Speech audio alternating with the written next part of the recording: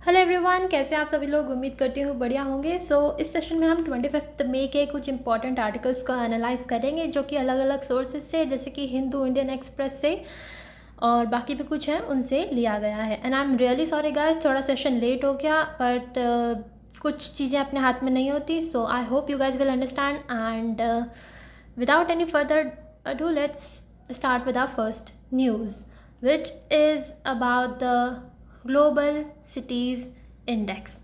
Basically ये क्या करती है ना, रिपोर्ट बताती है कि भाई सिटी का क्या हाल है, कैसी इकोनॉमी चल रही है, क्या ह्यूमन कैपिटल कैसी है, वहाँ की इन्वायरमेंट कैसा है, गवर्नेंस कैसा है, इन सब पे कुछ पैरामीटर्स होते हैं, उस पर सिटीज़ को रैंक करती है।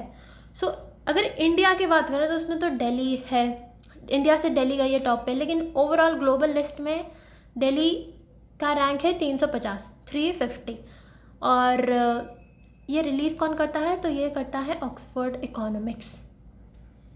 वहीं पे एनवायरनमेंट कैटेगरी की बात करें तो दिल्ली का रैंक है 973, क्योंकि हम सब जानते हैं कि एनवायरनमेंट कहीं ना कहीं दिल्ली का उतना सही नहीं है, वहाँ पे काफ़ी पोल्यूशन है। जब एनवायरनमेंट की बात आती है तो it is worst among all the Indian cities.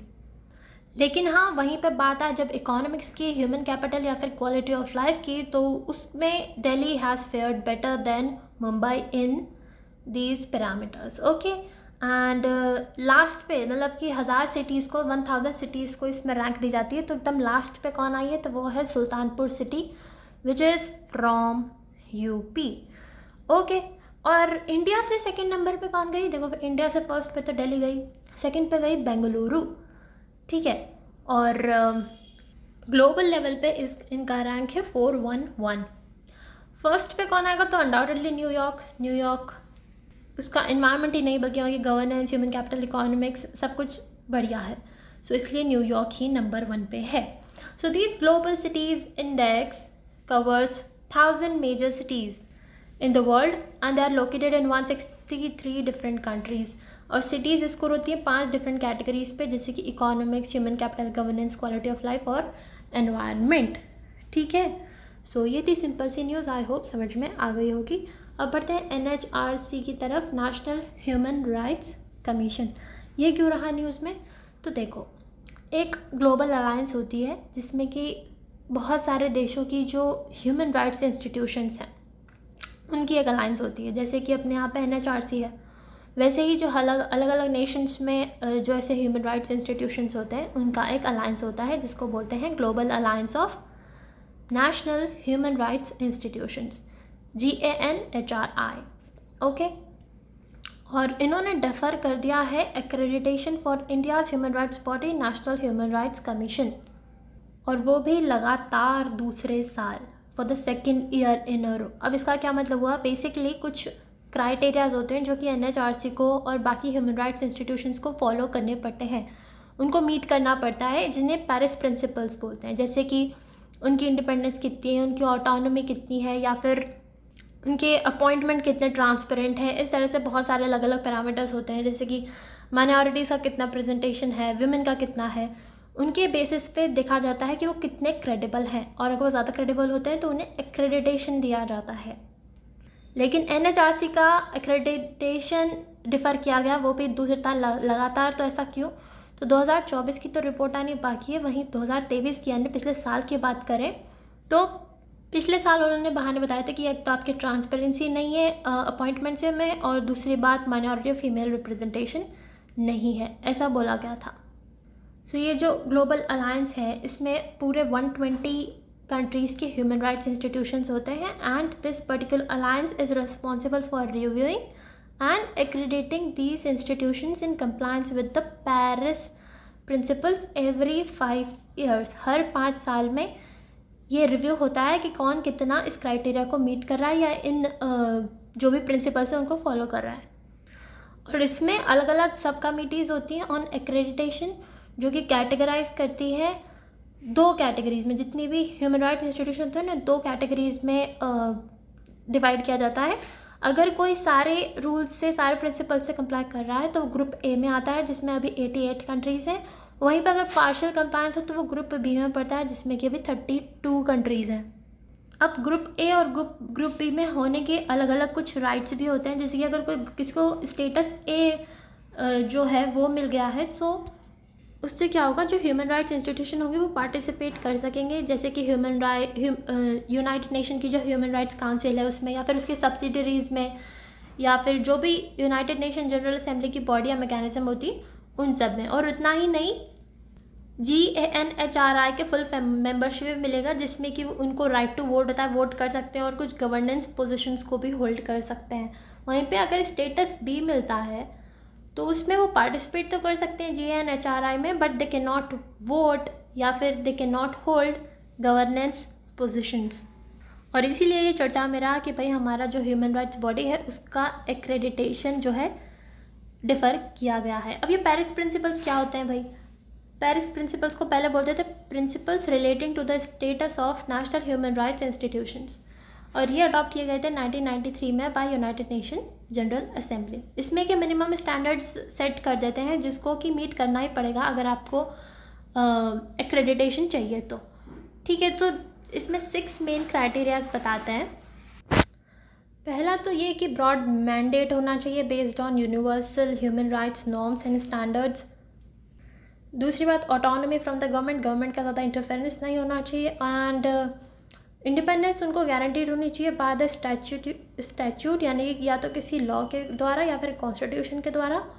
और प्लूरलिज्म होना चाहिए, यानी कि मेंबरशिप जो है, मेंबर्स जो हैं अलग अलग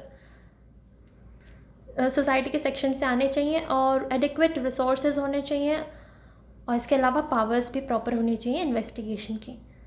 सो ये सब बातें थी। NHRC की बात करें तो इस्टेब्लिश हुआ था 1993 में, और ये हमारे एक पार्लियामेंट ने लॉ पारित किया था, protection of human rights act. ये 1993 होगा यहाँ पे, इसको 1993 कर लेना, not 2023। To protect and promote human rights in India, कि भाई ह्यूमन राइट्स किसी के वॉलेट हो रहे हैं तो उस पर एक्शन वगैरह लेती है, वो सारी बातें हैं। तो ये पहली बार एक्रेडिट की गई थी 1999 में, यानी कि इसको एक्रेडिटेशन पहले मिल चुका है, अभी डिफ़र हुआ है। और ए स्टेटस मिला था 2006 में, और 16 में वापस एक्रेडिटेशन डिफ़र हुआ, और 17 में फिर से ए स्टेटस मिला था। सो ये सारी बातें थी इसमें, आई होप क्लियर होगा। सो इसी के साथ अब बढ़ते हैं अगली चीज़ पे, जो कि है travel and tourism development index. कौन सा देश या कौन सा कंट्री बेहतर परफॉर्म कर रहा है in terms of tourism development या फिर ट्रैवल एंड टूरिज़्म डेवलपमेंट। सो देखो, कोई सा भी अगर कंट्री टूरिज़्म वगैरह को प्रमोट कर रहा है, सो उनकी इकोनॉमी काफ़ी बेहतर होगी कि नहीं होगी, क्योंकि इतने लोग बाहर से आएंगे, 10 चीज़ें खरीदेंगे, तो लोगों का व्यापार बढ़ेगा, लोगों को रोज़गार मिलेगा। सो इकोनॉमी काफ़ी बेहतर होती है, और इसीलिए वर्ल्ड इकोनॉमिक फोरम जो है इसे रिलीज़ करती है। एक बात तो ये याद हो गई। और इंडिया का क्या रैंक रहा वो बहुत इंपॉर्टेंट हो जाता है। इस बार रहा 39th, जो कि पूरे साउथ एशिया में हाईएस्ट है। और 2021 में रैंक था 54th, यानी कि काफ़ी एक नोटेबल इम्प्रूवमेंट देखने को मिला, क्योंकि हमने काफ़ी एफर्ट्स लगाए हैं हमारे टूरिज़्म ट्रैवल को डेवलप करने के लिए, सस्टेनेबिलिटी सेफ्टी बढ़ाने के लिए।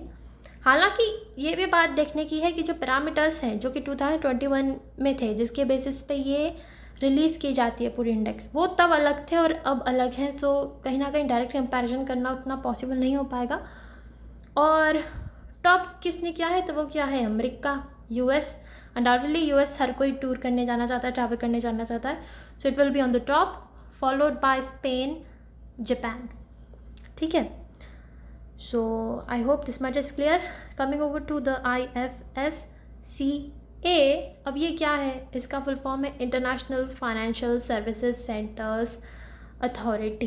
जैसा कि हम सब जानते हैं, गुजरात में एक गिफ्ट सिटी है, Gujarat international finance tech city, और वो एक as an international financial services centre की तरह डेवलप हो रहा है। यानी कि कोई सी भी फाइनेंशियल सर्विसेज लेनी हो इंटरनेशनल लेवल की, वहाँ पे अवेल की जा सकती हैं। करेंसी एक्सचेंज हो गया, US के स्टॉक्स वगैरह खरीदने वो हो गया, इस तरह के कोई से भी चीज़ें हो तो बहुत इजीली हो जाएंगे, जिससे कि क्या होगा कि लोगों अट्रैक्ट होंगे, बाहर से इन्वेस्टमेंट वगैरह अट्रैक्ट होगा। और वो एक स्पेशल इकोनॉमिक जोन भी है, तो वहाँ पे टैक्स वगैरह बहुत कम लगते हैं, तो वहाँ पे व्यापार बढ़ेगा। तो इस तरह से कहीं ना कहीं चीज़ों को प्रमोट करने की कोशिश की जा रही है। सो उसी में जो IFSCA होती है, जो अथॉरिटी होती है, इनका काम होता है कि भाई कैसे इसको रेगुलेट करना है, कैसे इसे डेवलप करना है, उसी से रिलेटेड अथॉरिटी है। अब इन्होंने एक कमेटी बनाई, expert committee, and it will be chaired by Rajiv Khair, जो कि फॉर्मर सेक्रेटरी हैं of ministry of commerce and industry. तो ये कमेटी इसलिए बनाई कि क्योंकि भाई they are deciding to position this gift city as global commodity trading hub, मतलब कि ग्लोबल लेवल पे कोई कमोडिटी ट्रेड भी करनी है तो उसके लिए भी ये एज अ हब डेवलप होगा। सो उसे कैसे करना है, क्या करना है, वो सब चीज़ें ये देखेंगे। सो सिंपल सी बात थी। I hope it is clear and that was all for it. I hope it was helpful to you and thank you so much. Have a nice day.